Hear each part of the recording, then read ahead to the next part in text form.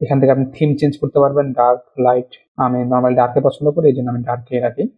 Setting এ বেশ কিছু জিনিস আছে, সেম জিনিস আপনি এখান থেকে প্রোফাইল চেঞ্জ করতে পারবেন। এরপরে যদি কোনো কারণে প্রয়োজন হয় অ্যাকাউন্ট ডিলিট করার জন্য, এখান থেকে আপনি অ্যাকাউন্টটা ডিলিট করতে পারবেন।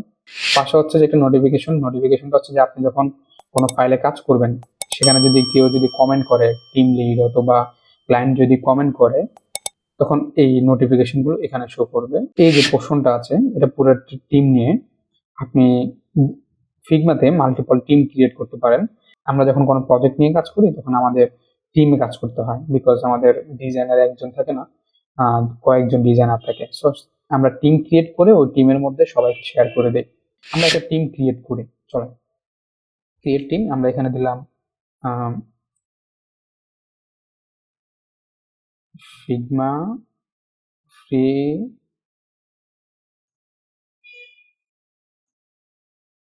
Course create team. দেখেন সাথে সাথে টিম ক্রিয়েট হয়ে যাবে।